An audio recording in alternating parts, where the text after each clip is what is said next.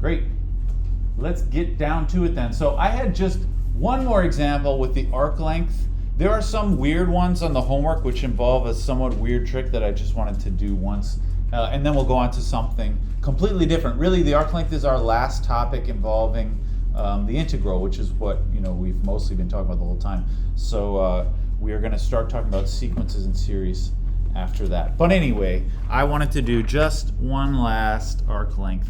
And so everybody needs to remember the arc length formula. It is this. The integral 1 plus f prime of x squared dx. I don't know if any of you, if you watch the videos, that I post on YouTube. I got kind of an angry comment on this on the last class. Anybody see the haters out there? The haters are thick in the comments sometimes. Somebody said they didn't like how I said during class that measuring curved lengths is not really something that people do very often. Like, it's something that I've only done once in my life, and probably most people have never done. And somebody showed up in the comments to say, like, oh, you shouldn't say that because measuring curved lengths is very important in real life, in the real world, for people like, calculating orbital trajectories of rockets and things like that.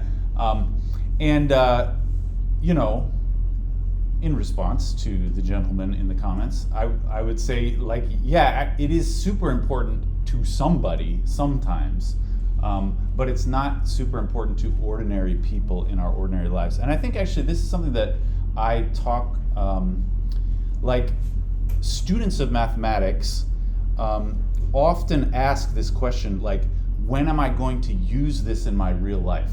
And I think when you were like 8 years old, the math you learned is actually stuff that you are going to use in your real life, like adding and multiplying, even maybe adding and multiplying fractions, maybe. But after that, it's like you don't really use this kind of math in your ordinary life, which is not to say it's useless. Like, for our society in general to function the way that it does, somebody needs to know how to do calculus, and it gets used all the time in our technology, but it's not the kind of thing that we do every day in our ordinary lives.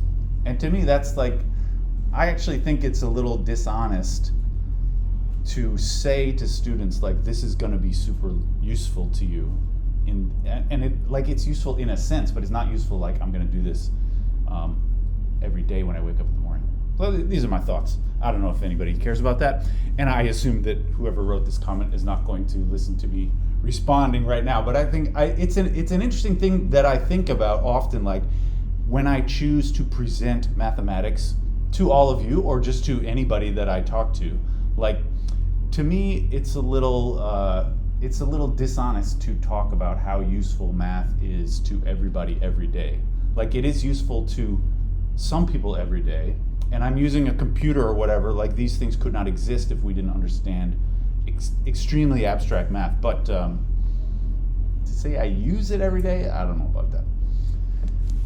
To me, like, it's not important. Like, that's not the standard that I'm working towards, and that's not why I do math, why I'm interested in math, like why I love math. It's because I think it's beautiful and interesting, not because I use calculus, every day when I'm taking the kids to school or whatever.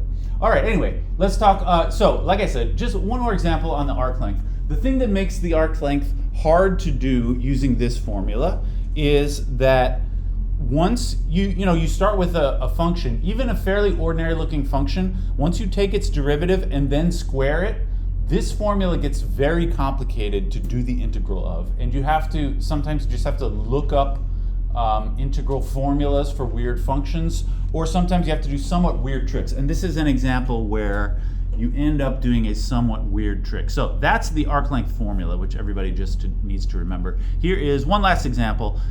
Your job, find the arc length of this function y equals 1/4 x squared minus 1/2 ln x. I'm writing this kind of the way that these problems are often written in the book. So the arc length of that on the interval where x is between 1 and 2. So this is our job.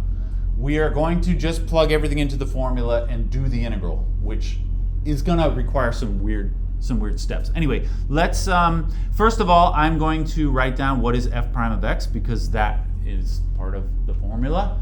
What do you say? Someone want to shout it out? What is f prime of x here?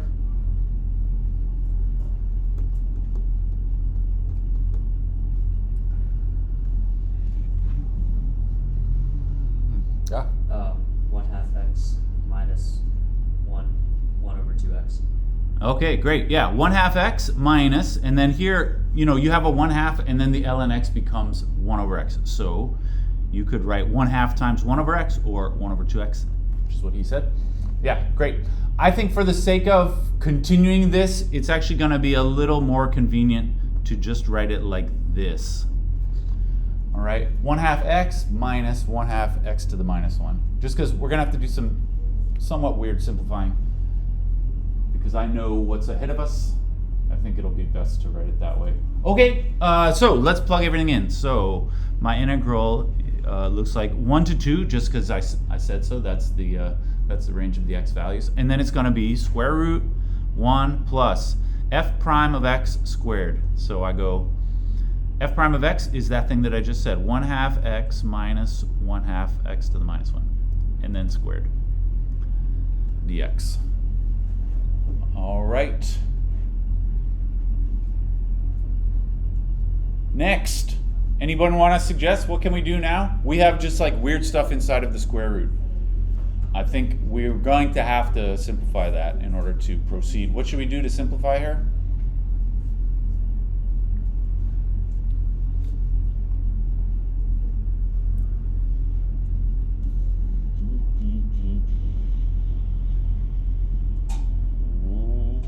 Yeah? Do the FOIL. Yeah, that's really all that you can do here. Do the FOIL of the squared part. So the squared part, I'm going to expand. This 1 plus is just going to stay like it is. And then when I do the FOIL, I get the first thing squared will be 1/2 x, the whole thing squared. That's 1/4 x squared, right? And then continuing the FOIL, it's going to be 2 times the thing in the middle. Maybe I'll just, since these are slightly weird, I'll write it out over here just so we can see. This is the FOIL that I'm doing. All right.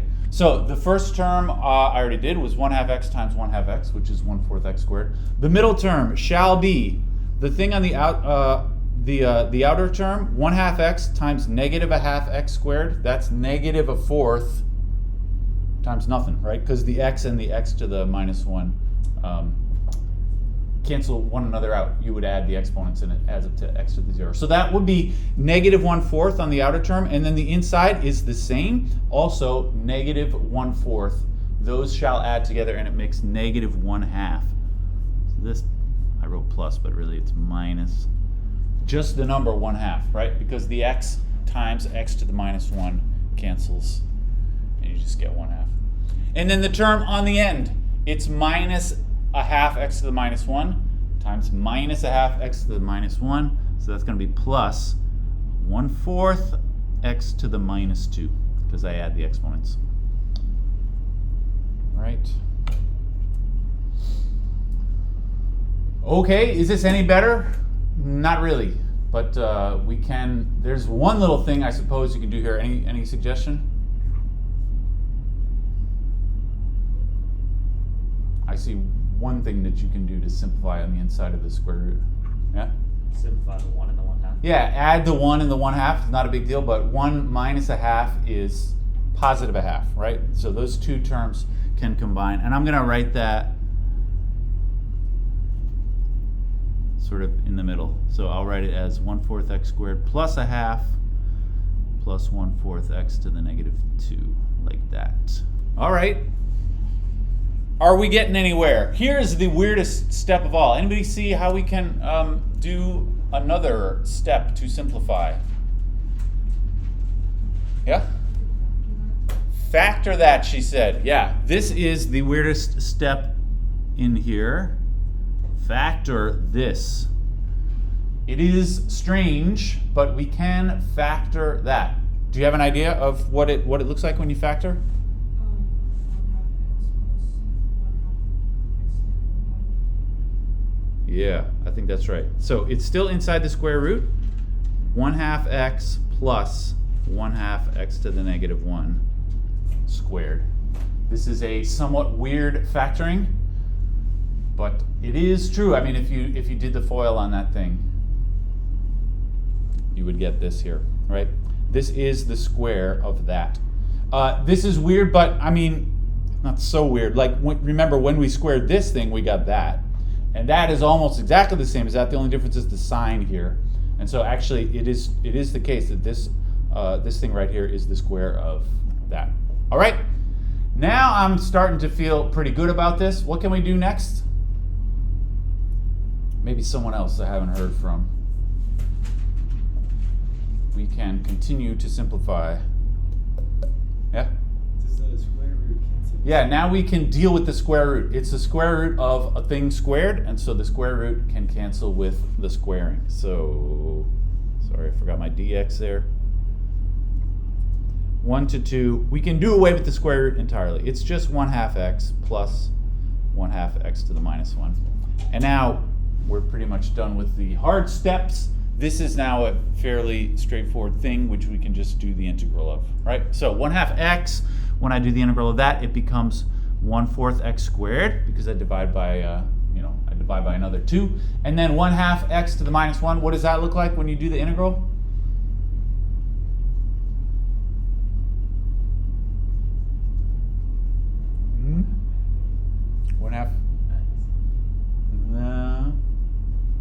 There's a rule for what you do when you see x to the minus 1 doing the integral.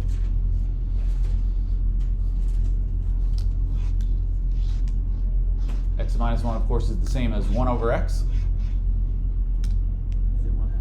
Yeah, so this becomes ln of x because it's 1 over x. So it's, and with 1/2, of course. So it's 1/2 ln x here. Everybody knows the integral of x to the minus 1 is the natural log. All right, and then we plug in the two values. And this is it. So we just plug in and we get our answer, whatever it is. 1/2 times 2 squared plus 1/2 ln 2 minus 1/2 times 1 squared plus 1/2 ln 1. There you go. All right. Some of the ones on the homework, maybe I think 2 of them will require some similar kinds of simplifying with this kind of expand and then factor kind of a thing. And you better not mess it up. Like, this is very, very delicate. And if you screw up any of the algebra along here, then it's not going to work. So unfortunately, you have to make sure that you get every little, plus sign and 1/2 just right. All right. Excellent. I think this will do it then for the arc length, and this will do it really for the integral entirely. We are actually going to use the integral a little bit in the rest of the semester, but it's not going to be, not every day are we going to use the integral. All right. Any last thoughts about the integral? We could all sort of hold hands and sing a campfire song about it. Say goodbye to the integral. One is silver and the other's gold, right? We are going to move on to a new thing, a big new thing, and that is sequences and series. And this is what we're going to talk about for the rest of the course. And this may be something, I know a lot of you have different amounts of stuff, calculus that you've learned before now. Sequences and series is typically not part of the Calc 1 class at all. If you took like a fancy AP calculus class in high school, you might have done some of this. But anyway, I'm going to assume that nobody knows anything about sequences and series. So let's just get into it. I think what we do today is probably you'll find very straightforward. I mean, we're not going to talk about anything too fancy just because it's an entirely new topic.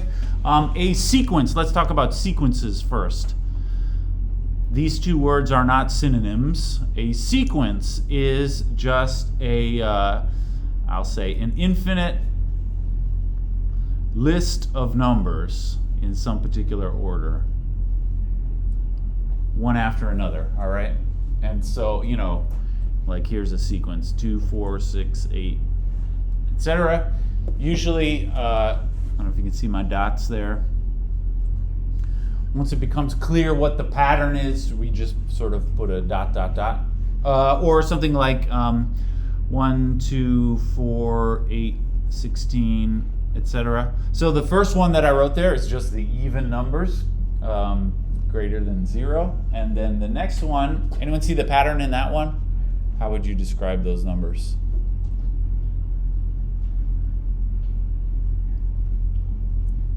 Yeah? Yeah, each one is 2 times the previous one. Another way to say that is these are actually just the powers of 2, starting with 2 to the 0 is 1, and then 2 to the 1, 2 to the 2, and so on. Those are the powers of 2. Although when you write a sequence, it doesn't have to have a particular pattern. Here's a very common sequence, which is just kind of a stupid pattern. I mean, these are just the numbers, one after another. Or it can be really stupid patterns, like something like 8, 6, 7, 5, 3, 0, 9. Anyone familiar with this sequence? One of my favorite sequences. Look it up if you're not familiar. Right, the sequences don't have to have a cute formula for them. They could just be some random bunch of numbers, or like the digits of pi individually. They make a sequence also. All right. Usually they do follow a pattern though, and when they do follow a pattern, the way that we typically write them, so the way that our book writes them, would be like this. They would say something like an equals 2 times n. That means each term, there's language here. So each number in the sequence is called a term.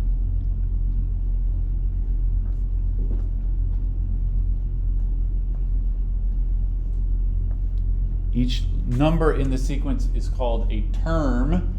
And when I write a formula like I did over there, so when I write something like an equals 2n, this is called, this an, when I write it that way as a formula, in general, this is called the general term.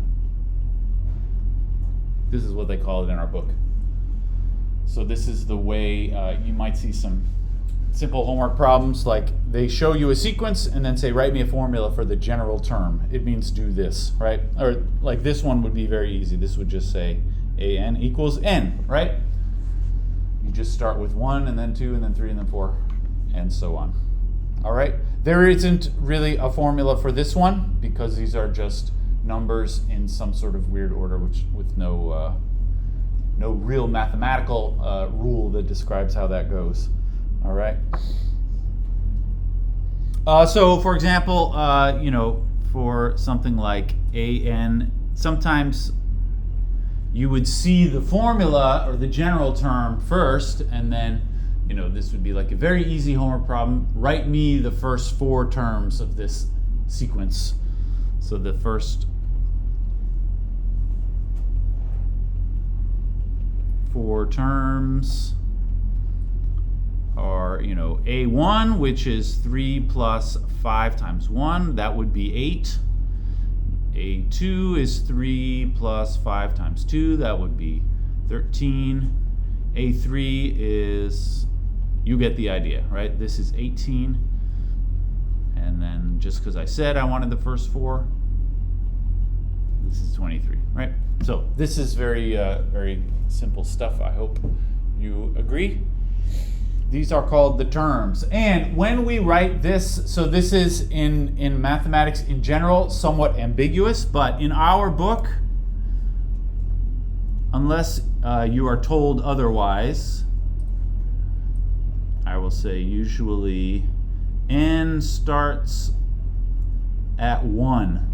Although sometimes it's more convenient to write formulas where the n starts at 0, but in our book, they almost always write things where the n starts at 1. All right. If you want to be unambiguous about it, so this to clarify, and you might see this every so often in our book, they would often write something like 3 plus 5n, and then something like this, n equals 1 to infinity. This is one in which you start with n equals 1 first. If you wanted to write the same thing, but starting with n equals 2. So this one, if I were to write the terms, this goes 8, 13, 18, etc. If I wanted to start at 0 instead, I would write it this way, starting n equals 0 to infinity. And then this one refers to the sequence which is almost the same thing, but you start at 0 instead, which gives you 3 for the first one, and then 8, 13, 18, etc. All right. So those sort of braces with the values are just to help you, to help clarify where we start the n. But if you don't see that business, you should just assume we're going to start with n equals 1. Although different books have different like conventions about that. All right. Excellent. One very important thing that you will often see in sequences is this minus 1 to the n. So this just by itself as a sequence, this would look like starting with n equals 1, it starts with minus 1.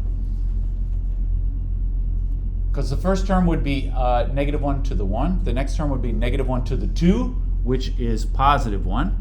Negative 1 squared is positive 1. The next term would be negative 1 to the 3, which is again negative. So the effect of this is to alternate the signs. So generally speaking, if you see minus 1 to the n, this makes alternating signs. Alternating.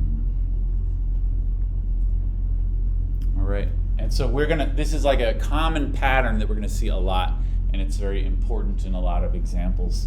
When you see minus 1 to the n, that causes alternating signs. So before we had, 2n, this sequence in terms would be 2, 4, 6, 8, etc., right? If instead I did 2n times negative 1 to the n, this is the same thing, only it also has these alternating signs attached to them. And because I'm starting n equals 1, the first sign is going to be a negative. So this looks like minus 2, 4, minus 6, 8, etc.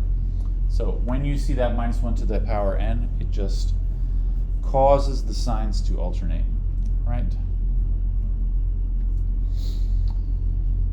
Excellent. I got two important examples that you've probably, I think you've almost certainly heard of the first one, probably not of the second one, but these are sort of fun examples, things that people like to talk about. So here is one favorite sequence of a lot of people.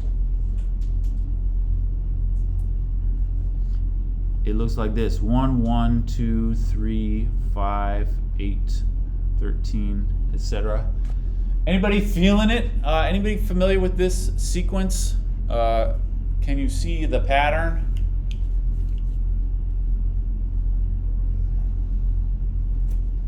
Anybody want to tell me what you think the next number is?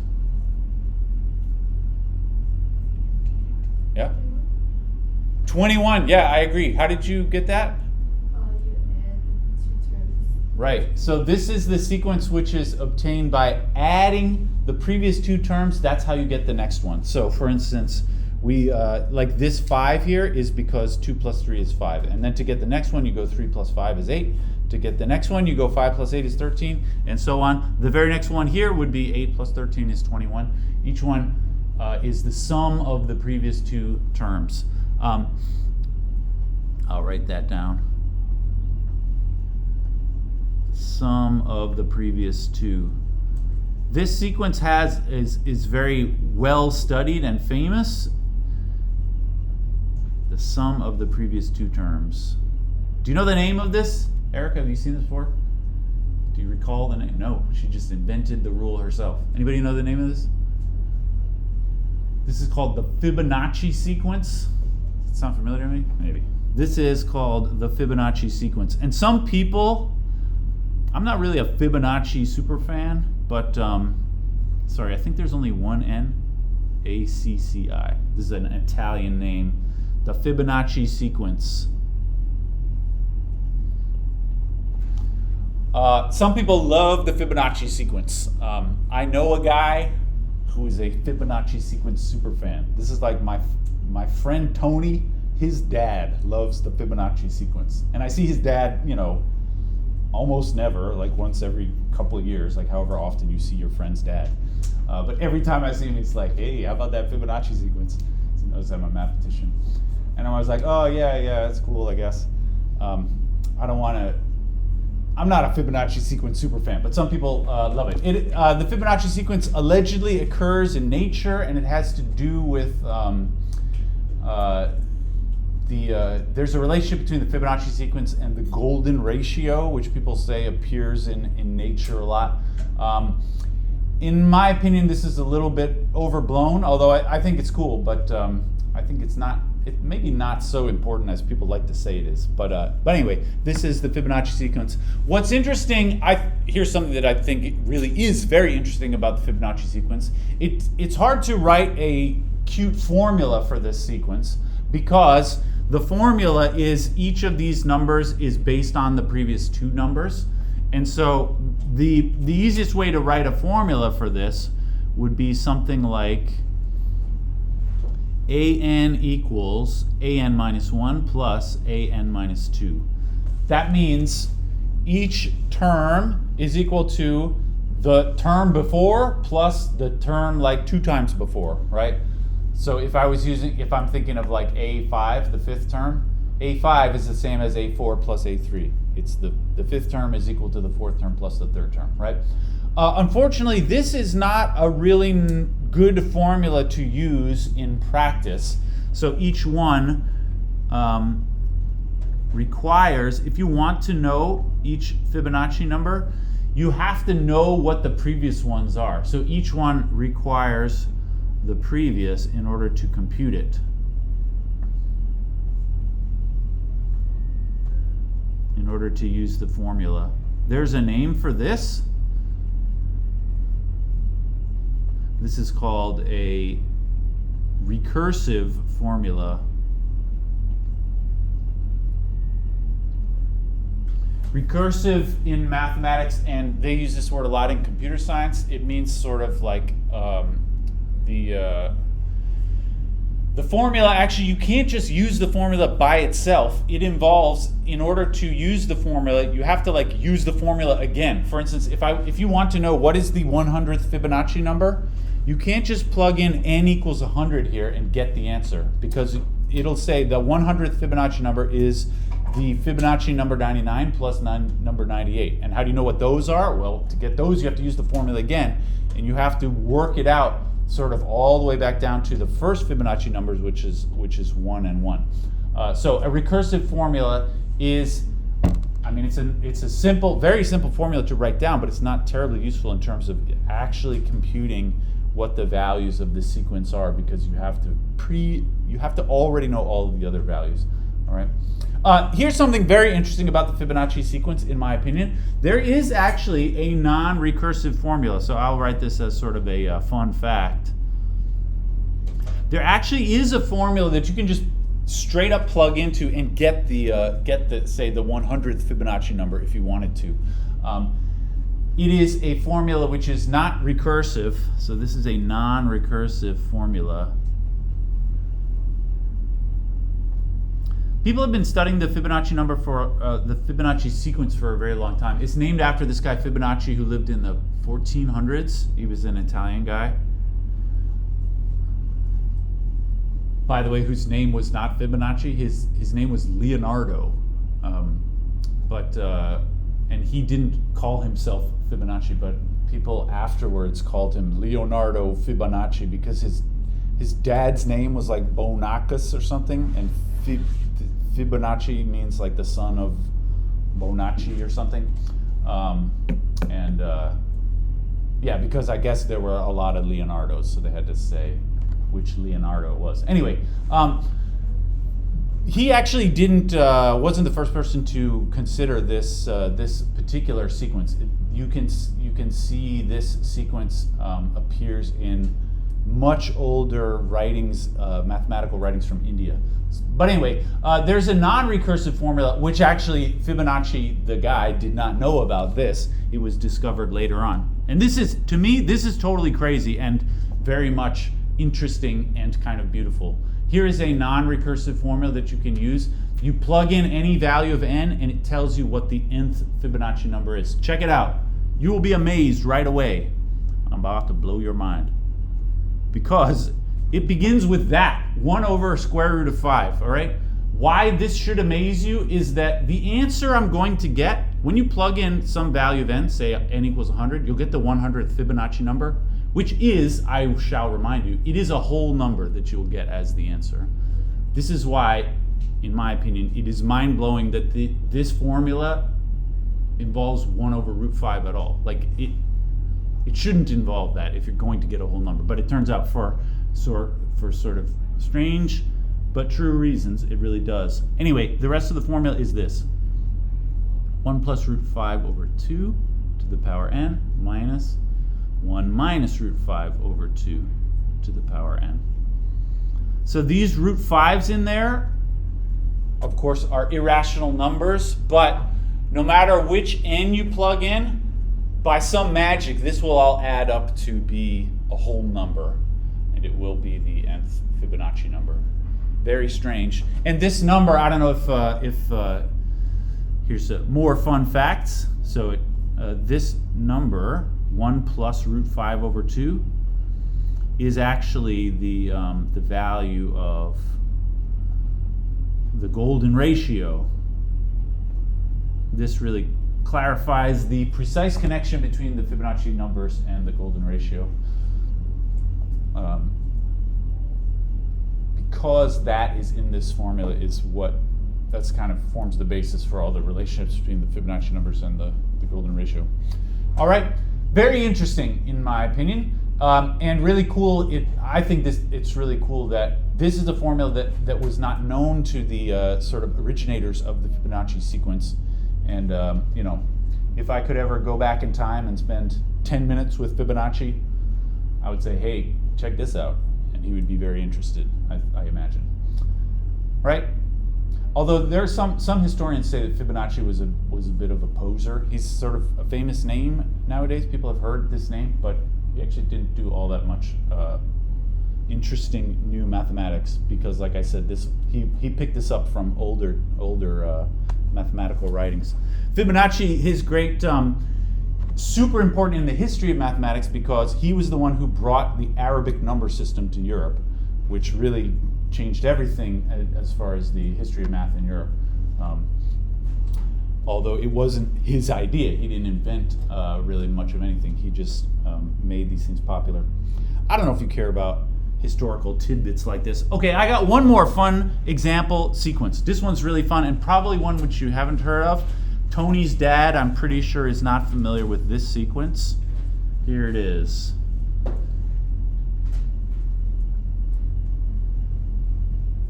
Oops. This is a sequence which involves mostly 1s and 2s, although not only 1s and 2s. The next term is 3, 1, 2, 2, 1, 1, and so on. The first time I ever encountered this sequence and someone explained it to me, I thought, that's stupid. And then they explained a little bit more, and I thought, that's surprisingly more interesting than I thought it was. Anybody familiar with this? Anybody seen this before? You've seen it before? Can you tell me the next term? 1, 3. I can tell already she knows what she's doing. 1, 3, yeah. 1, 1. 1, 1, okay. 2, 2. 2, 1.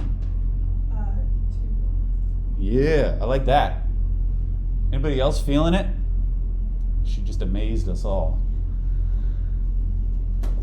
So the hint is, and you notice when I was saying it, don't think of these as like a big number, you know, like 13,112,000. Think of it as, like she said, 1, 3, 1, 1, 2, 2, 2, 1, right? The next one, I don't have this written down. So whatever it is, it's not all that hard. She just did that in her head, and I'm about to do the next one in my head. How about this? I'm gonna write down the next term. Maybe as I write it down, I'm gonna say it out loud. Maybe you should look at this one as I'm writing the next one. The next one is 1 1 1 3 2 1 3 2 1 1. Anybody getting the idea here? I'm going to say this again. You look at this part while I say this. 1 1 1 3 2 1 3 2 1 1. Anybody feeling it? I see one person who knows what's going on, and a lot of people who are a little shaky. This is, I'll tell you the name of this. This is, people call this different things, but I see it most often referred to as the look and say sequence. How you get the next term is you look and say the previous one. Like for instance, right here, this one here, what I see here is 1 1 followed by 1 2 followed by 2 1s. And that's why the answer for the next term is 1 1 1 2 2 1. This, what you write in the next term is like a visual description of the individual numbers that you saw in the first term. So this has 1 1, that's why I put 1 1 here. Then 1 2, which is why it says 1 2 here, and then 2 1s, which is why it says 2 1 here. Right? Very strange. And are you at the stage? So like I said, my sort of emotional journey was first impression, this is stupid. I thought like, what? Okay, I get it, but it's stupid because you're not doing anything like mathematically interesting really. It's just this silly kind of, you read this out loud and then you write down what you see. So here I see 3 1s, that's why it says 3 1, and then 2 2s, so I say 2 2, and then 1 1, which is why it says 1 1. All right. This is called the look and say sequence. This was investigated by a very famous mathematician. I don't know if he came up with this, but this is a very famous guy named John Conway, who is a 20th century, actually he died recently, he died of COVID. But he had, I would say, a long career, very famous, like he was a professor at Princeton for most of his career, and famous at looking very seriously at things which seem kind of stupid. And he actually sort of made a whole career out of finding kind of cute and silly looking things, but actually like applying very serious mathematical analysis and coming up with things that are super interesting. He was very influential in the development of what we now call knot theory, knot with a K, the mathematical study of different types of knots, which sounds kind of frivolous on its surface, but actually turns out to be super, super useful in all kinds of different areas of mathematics and like science in general. Anyway, Conway studied this sequence in depth, and he actually proved, so these are some things that Conway proved. There are interesting questions that you can ask about this sequence. First of all, Conway proved that if you continue this, there's never any 4s, which actually on its surface doesn't seem obvious at all. Like, there weren't any 3s at first, but eventually these things got big enough that like sometimes, like this 3 occurred because there were 3 1s in a row here. But actually, if you continue this sequence forever, it never creates any 4s, which is not obvious and a little strange in my opinion. Another thing that Conway proved is that this sequence always, I'll say the numbers always grow. Like the numbers that you see here always get bigger from one number to the next. And this also is not obvious, but these numbers always grow from one term to the next.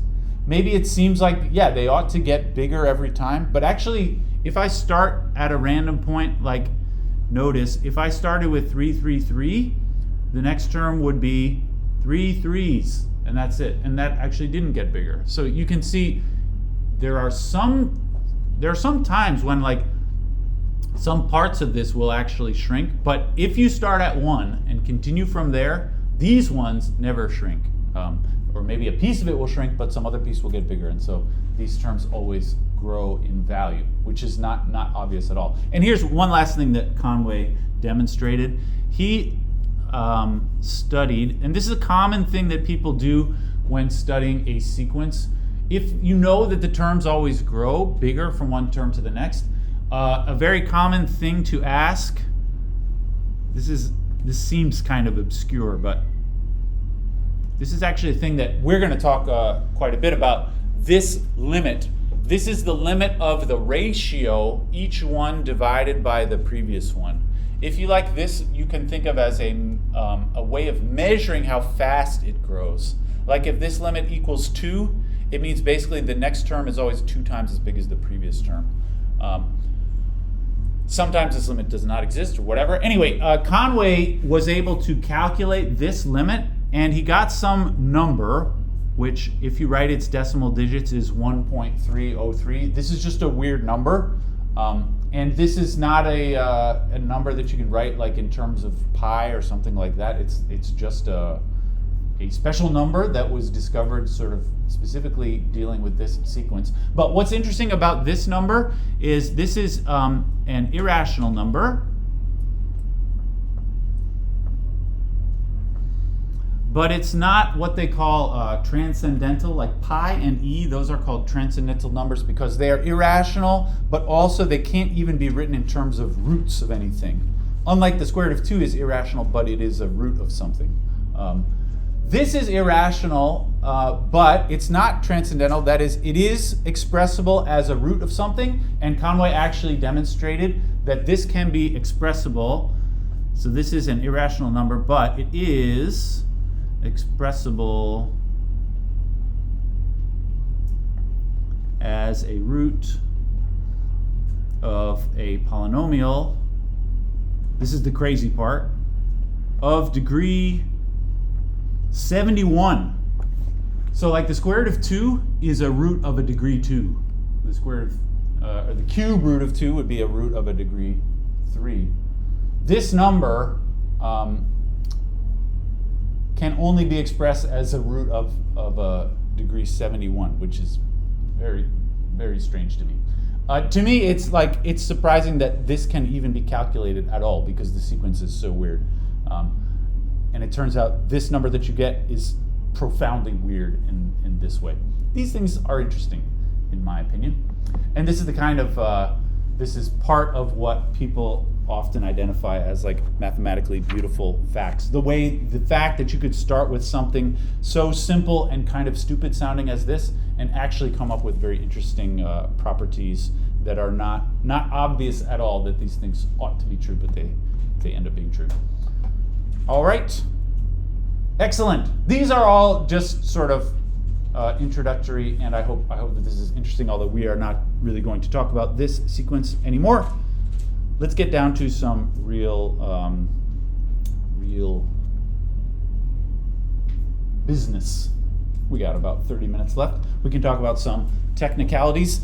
We are going to be, like, the most common thing that we're going to do with sequences is find the limit of the sequences. So, some sequences have a limit.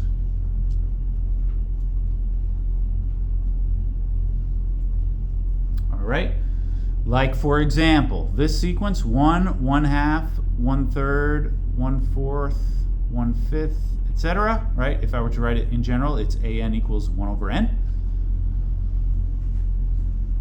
This sequence has a limit. Those values, they actually do, as you go down the list, they do approach a particular number. And sometimes you'll see, like, you can sort of graph these values. Sometimes it's helpful to draw a graph. This is kind of like the graph of a function, although it's not a smooth curve. It's just one number after another. I would graph this. So if this is 1 up here, it's like 1 and then a half and then a third and then a fourth and then a fifth and then a sixth and so on. And when I ask you about the limit, I'm talking about as we go off the picture to the right, what is the y value, like what are the values of these actually approach? And in this case, the answer is 0. These numbers, I hope everybody agrees, these fractions, as you sort of continue the list forever, you're going to get, numbers like 1 over a million or 1 over a billion, and these are very close to 0, and the limit is 0. So here we would say, in this case, and we write it, the way that you think we write it. Lim n goes to infinity, a n equals 0. All right. Or if you don't want to write a n, you could just write the formula right in there. Lim n goes to infinity, 1 over n equals 0. All right. So this is how we would write the limit of one of these sequences. Or here's another example, something like lim of n minus 1 over n. All right. You have to think a little bit about what that is. But these terms, if you were to write out the terms, it would say, so using n equals 1, the first term is 1 minus 1 over 1, then 2 minus 1 over 2, 3 minus 1 over 3, right? I'm plugging in various values for the n, 4 minus 1 over 4, etc. These, of course, that's 0, and then 1 over 2, 2 over 3, 3 over 4. Each time it's just the numerator is 1 less than the denominator. So the next one would be, 4/5, 5/6, and so on. And what do those values approach when we do the limit?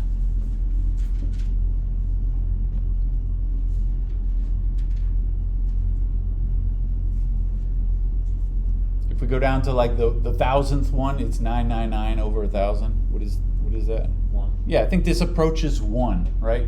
These fractions are very close to 1, and they are getting increasingly closer to 1. So this approaches 1. This, we say like that.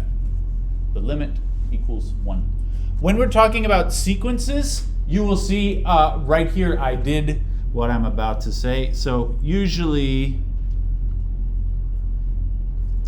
for a sequence, we just write lim, not lim n goes to infinity. That's because in a sequence, the n only goes to infinity. It can't go anywhere else. Like you can't say lim n approaches 3 of a sequence, because the n can't approach 3. Like the terms that you're talking about are individual dots on a graph, and there's no such thing as approaching anything in here. You can talk about what happens when you go off to the right forever. That's called approaching infinity, but there is no such thing as approaching those other values because it's not a continuous function. All right, so typically we're just going to write lim, and when you're talking about sequences, lim always means the limit as n goes to infinity. There are no other limits that you ever would talk about. So we are just going to write lim, typically not lim n goes to infinity. All right. Excellent. Let's talk a little bit about what exactly lim means. And this is something, depending on your calculus preparation that you've had before, maybe some of you have seen this before, some perhaps not. So what I want to talk about briefly at least is what exactly does lim mean, right?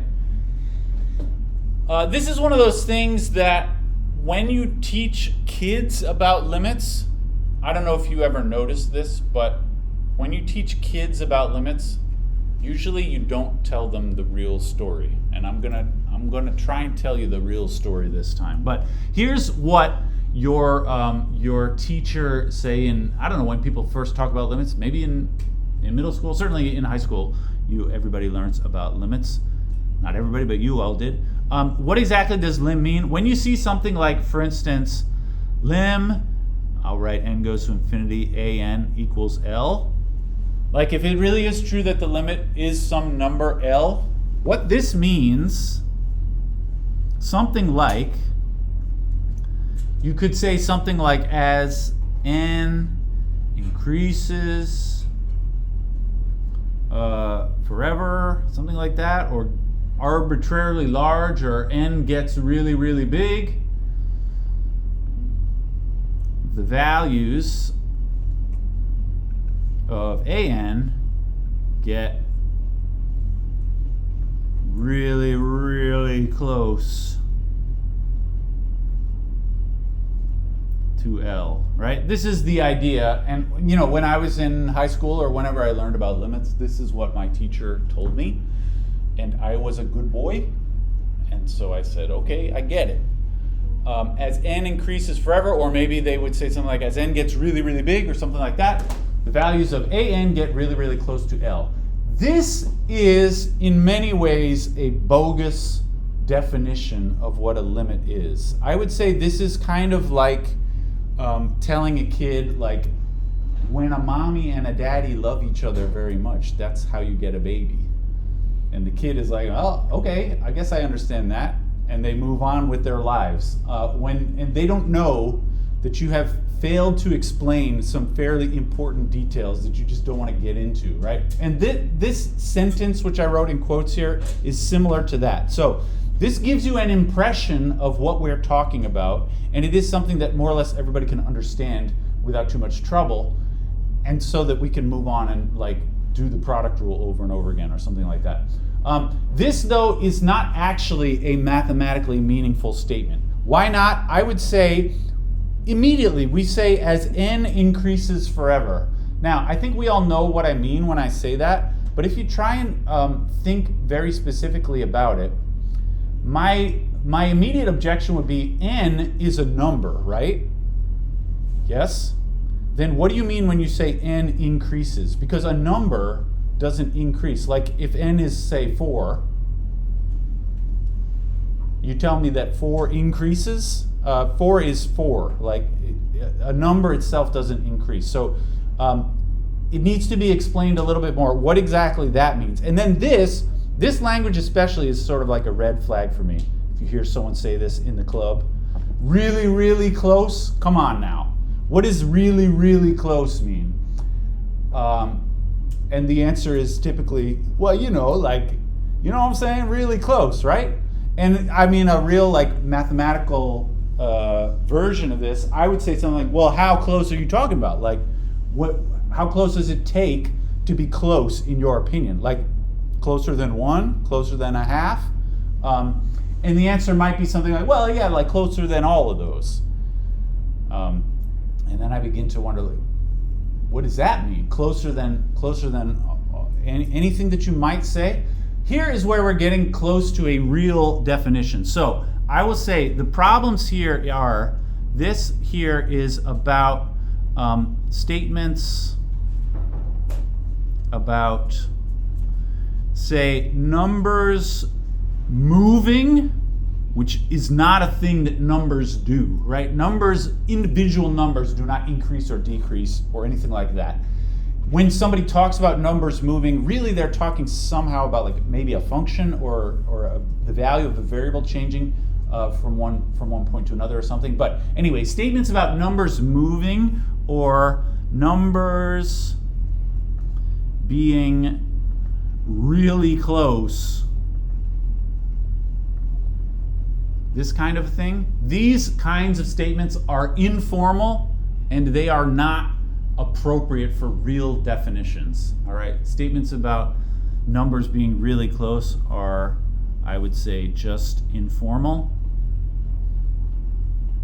For the sake of teaching kids what limits are, they are good enough in most cases, but if you look in a sort of a real math book about what does a limit really mean, they don't use words like this because such words are not actually meaningful in a technical context. So I'm going to try and tell you the real deal now. If you are interested in this, you can look forward to taking, we have a course called Real Analysis, which is really based very much on talking about limits in a serious way. For the rest of the course, we're not actually going to talk in a super technical way about limits, but I felt like this was an important time to tell you all, You've been lied to by your high school teachers. Maybe they didn't. Maybe they told you the real deal in high school. I don't know. I was lied to by my high school teachers. I can't blame them though, because I wasn't ready to know. Just like as a kid when they told me a mommy and a daddy love each other very much. It's probably for the best that they told me that, because I wasn't ready. But now I'm a man, and I'm ready. So anyway, here is the real definition. So the real definition is all about, it makes clear specifically how big and how close. Because the two main parts of this, what I described as bogus version of the definition, the two main parts are this: n increases forever, or you could say n gets really, really big. The question that needs to be made more specific is, how big are you talking about? And then the question of how close does it actually get to the limit? And the answer to both of these questions is something like, how big? The answer is sort of as big as you want, or as big as you could ever imagine. And how close? The answer is closer than you could ever imagine. Closer than anything. Bigger than anything. So the answer to how big is, the answer is bigger than anything. Bigger than any specific number. And then the answer to how close, I'll write these in colors here, is closer than anything. That is closer than any specific number. All right, so anyway, here's the real definition, which we're actually not going to do a lot with this, but like I said, for the sake of us all being mature adults, we can talk about the real definition for once in our lives. It says this, and this is going to look crazy, and I will try to decode a little bit here. For any, this is standard notation. We use the Greek letter epsilon. That little e thing is a lowercase Greek letter epsilon. For any epsilon greater than 0, there is some n, a natural number,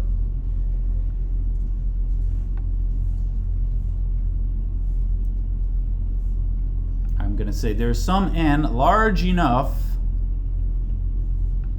so that if a little n is bigger than the big N, then the absolute value an minus L is less than epsilon. All right. This is the true definition that they don't want to tell you. Maybe it will become obvious immediately why your high school teacher didn't want to tell you this definition. It's because it's very complicated, and when you look at those words, it gives you no impression of anything about what that's supposed to mean. But this is actually the true definition of a limit.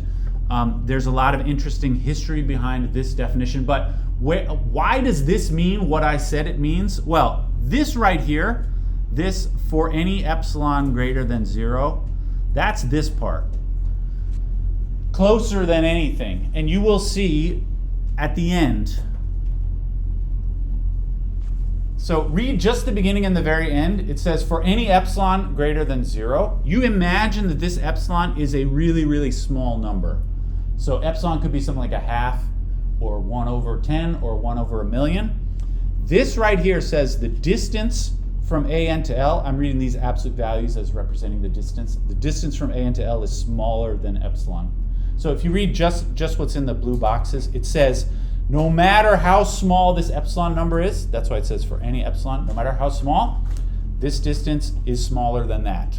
And this is how you express the limit, the sequence as far as how far away is it from the L, the limit. It's closer than anything you could imagine. For any number epsilon, it's closer than that, whatever it is. And then how big does the n have to be? Bigger than anything. So that's expressed by this part.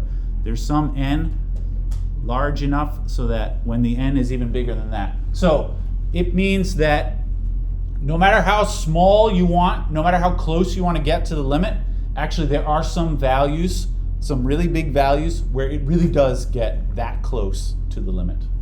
All right, so that's sort of this, the red boxes here are expressing this bigger than anything kind of a thing. All right, no matter how close you want to get to the limit, there are some big values where all the big values are actually close to the limit. All right, very complicated definition, and you know, like I said, there's a lot of interesting history behind this. This definition was invented in like the late 1800s, or sorry, I think the late 1700s. This became popular.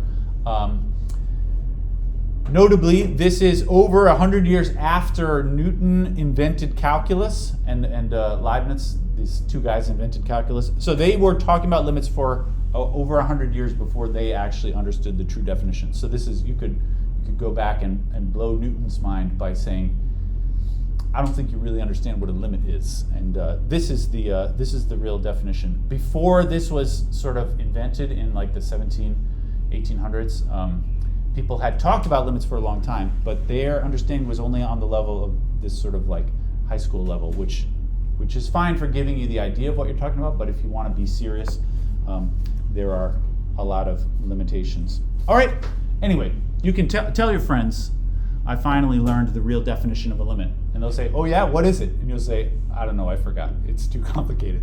But this is the kind of thing, like if you meet sort of, you know, certainly any of the math professors around here, everybody has this definition memorized, even though it looks crazy and it's very complicated. This is the kind of thing that is so important that everybody knows it. All right, but that's enough for that. As we discuss limits, we will usually be talking about them at a more informal level, but that's something that is in your future. If you decide to be a math major or a math minor, you might encounter that again. All right, let me just say, if a sequence has a limit, these are terms that are familiar to us all. If a sequence has a limit, we say it converges. This is just like improper integrals, the same language. And if not, it diverges. All right. All of this business about limits, so this definition of lim of an as a sequence is very similar to the definition of, I'll say, the limit of a function, right? Which we would typically write lim x goes to infinity of f of x, all right? And actually, there is a version of this limit as x goes to infinity of f of x. There's a version of that definition which you can write using the epsilons, which if you took Calc 1 here last semester, you probably saw that briefly, and then you moved on to other stuff.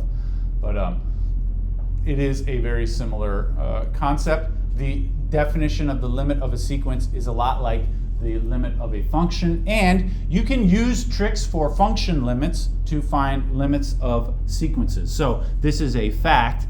When your sequence an has a formula which makes it into a continuous function,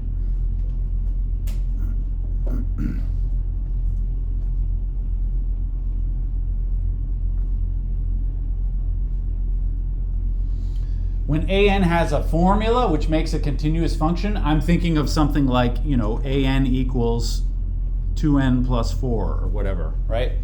If it really looks like a nice function, then those limits will actually be the same.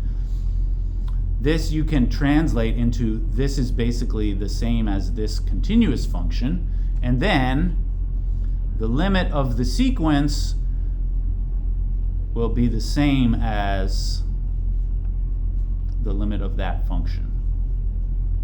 Lim x goes to infinity f of x, all right? So if your sequence actually has a formula, then you can find the limit of that sequence by finding the limit of the formula, and that means you can use all the usual tricks that you know about finding limits for functions, which you already know a few things, including even non-obvious things like L'Hopital's rule or something like that. So like for instance, if I ask you what is lim of something like 32 plus 3 over n, I would think of this, I probably wouldn't usually even write this little step, but sort of like in the back of my mind, I think of this as the same as the limit of this continuous function. And then you do that limit, and as usual, I would think of this as something like the 32 is just a number, so that's going to stay the same, but then 3 over x, I have something which is becoming infinite in the denominator, so that part becomes 0. So this is just equal to 32 plus 0, which is 32, right? Typically, when we write this out, I wouldn't even write that. I mean, I would just think of this in all times as if it were that function, all right?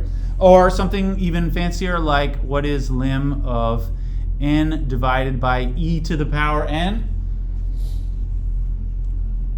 This one is not so easy to tell what happens, because here's a fraction where the numerator is becoming infinite, but also the denominator is becoming infinite. But we already know how to handle that is by using the L'Hopital's rule. So here, even though that's not written like a function with an x, all the same business still works. So this is the same as lim 1 over e to the n, where that step was L'Hopital's rule.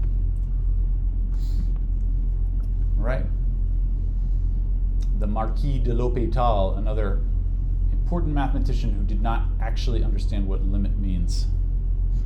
But you can get pretty far. Anyway, this is 0, right? Because, again, I have a denominator which is becoming infinite. So we can use the L'Hopital's rule. All right? You should be cautious about doing this. Like, in a sense, this means, any sequence you have, you can just think of it as a function instead, and we already know how to deal with functions. It's not so clear, though, so I would just say something like, beware,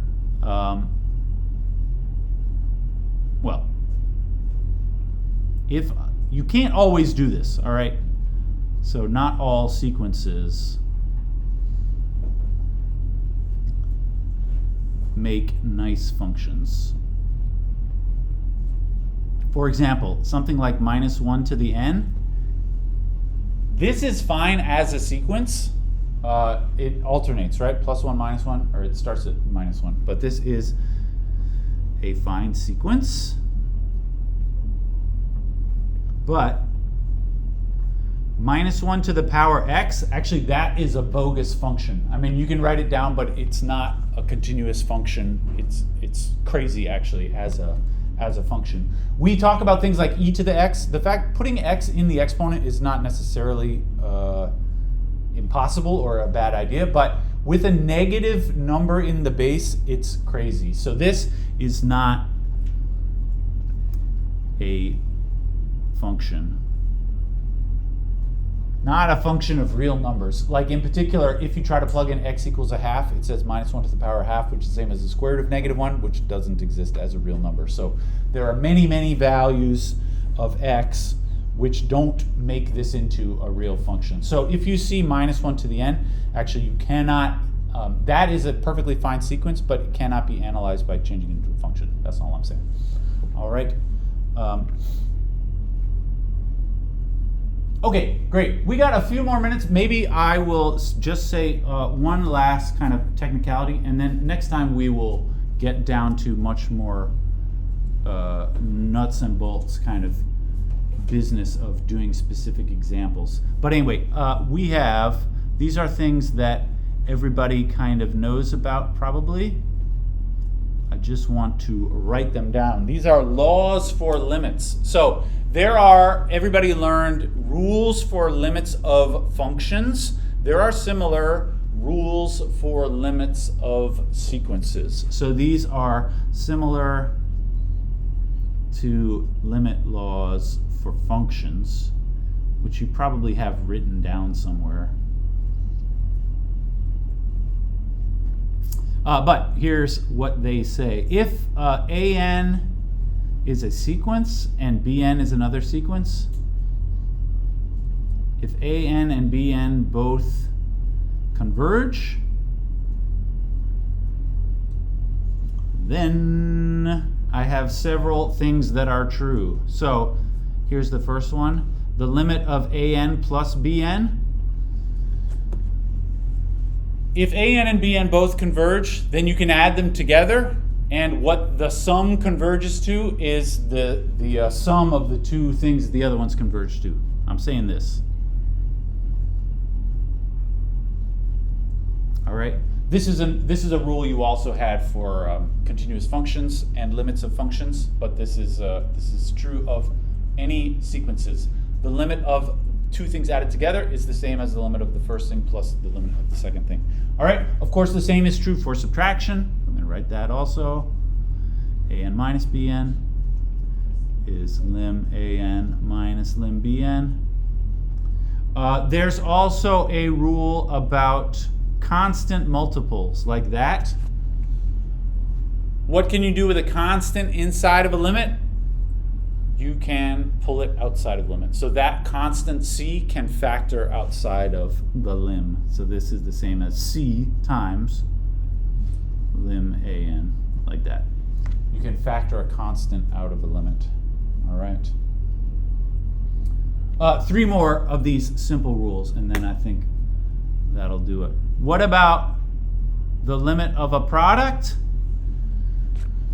If each of the two things in the product converges, then you can split the limit up. And you don't have to do any funny business, like there's no special product rule or anything. It's just this. So if you have two things multiplied together, you can just take the limit of each thing separately and multiply the answers together. All right. There is a similar thing for a quotient. So if I have lim an over bn, this is lim an divided by lim bn. And I will say, as long as, there's actually one little caveat here. Anybody know what I'm going to say here? This rule is valid as long as something, something, something. This is something whenever you're talking about fractions, you have to make like special, be careful. Yeah? So as long as the denominator is Yeah, right. As long as this denominator here is not 0, so that means this limit. So this is true as long as lim bn is not 0. All right. What if lim bn is 0? Then you can't say anything like that, because, for example, like sometimes if the denominator is becoming 0, that means the whole limit does not exist. But sometimes, for instance, if the numerator and the denominator are both becoming 0, then you would use L'Hopital's rule and you get some other answer. So this, if the denominator is 0, really you don't know anything about what the limit is. All right, and one last thing. Sorry, I know it's time to go. This is just about exponents. So it is also true if I have limit of an to some power p, this is equal to the limit inside the base like that. And this is only true if p is greater than 0 and that limit on the inside there is greater than 0. Like I said before, weird things will happen if the base of the exponent is negative or 0. It can get weird if it equals 0 in there. All right.